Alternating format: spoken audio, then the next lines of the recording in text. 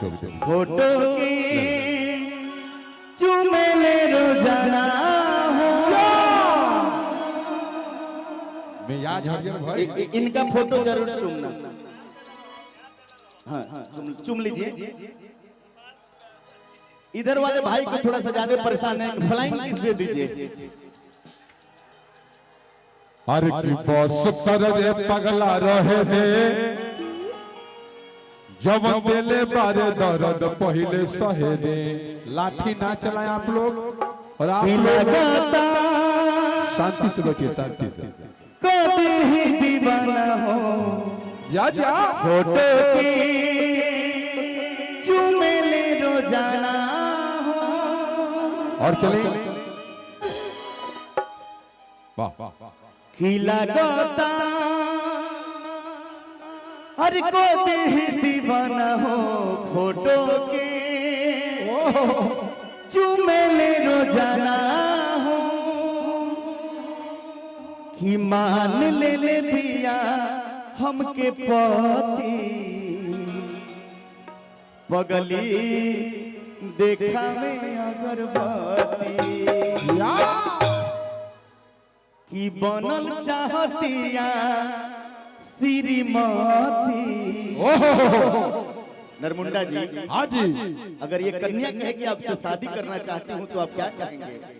कि हमार श्रद्धा बाकी बना लो हमके आधा घंटा खातिर पति पगली जरा ले है कछुआ अगरबत्ती।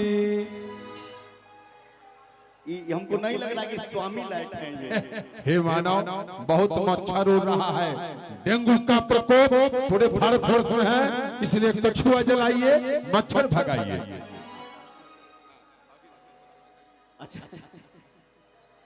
और ये जो कार्यक्रम ले पिया जा को दीवाना हो फोटो के अरे चुमेले रोजाना जा कि मान ले पिया हमके पति पगली देखा में अगरबत्ती कि बनल चाहतिया श्रीमती पगली देखा में अगरबत्ती। रेडी 1 2 3 4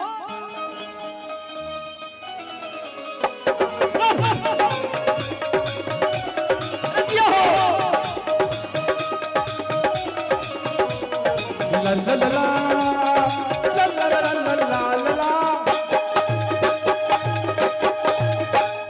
लगता कभी ही दीवाना हो फोटो के पहले रोजाना हो।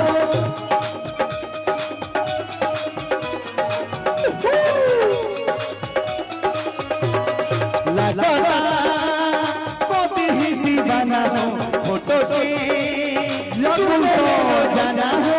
मान ले लिया हमके पति मान ले लिया हमके पति पगली देखा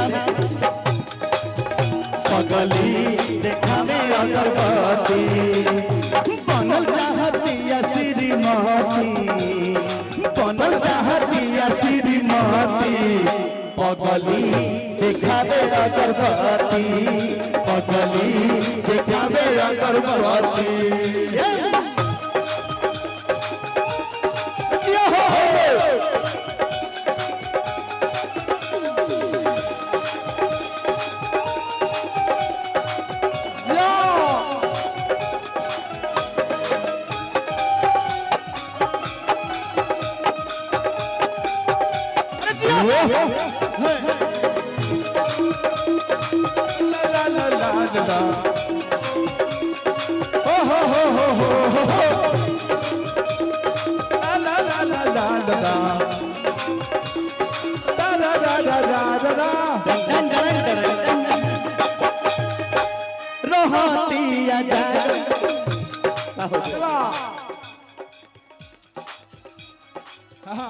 रोहतिया जा तोहरे से लागल हमारा खातिर भइल बियाई पागल।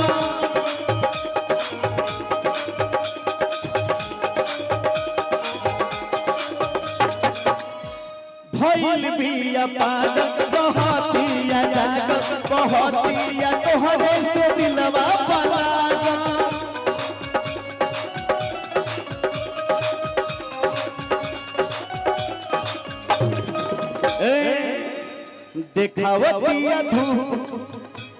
दिखावतिया धूप और बत्ती दिखावतिया धूप और बत्ती पगली देखा में अगरबत्ती गली देखा में अगरबत्ती बनल चाहतिया श्रीमती बनल चाहतिया श्रीमती पगली देखा में अगरबत्ती पगली देखा में अगरबत्ती पगली देखा में अगरबत्ती पगली देखा में अगरबत्ती पगली देखा में अगरबत्ती पगली देखा में अगरबत्ती